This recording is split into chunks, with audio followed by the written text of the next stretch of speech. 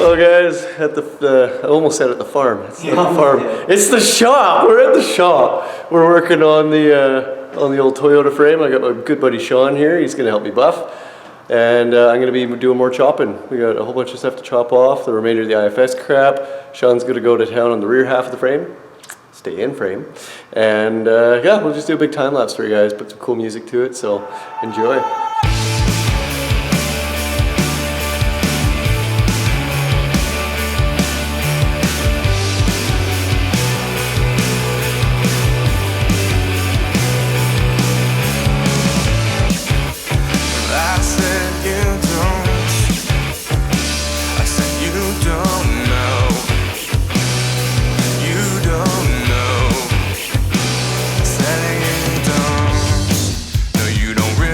What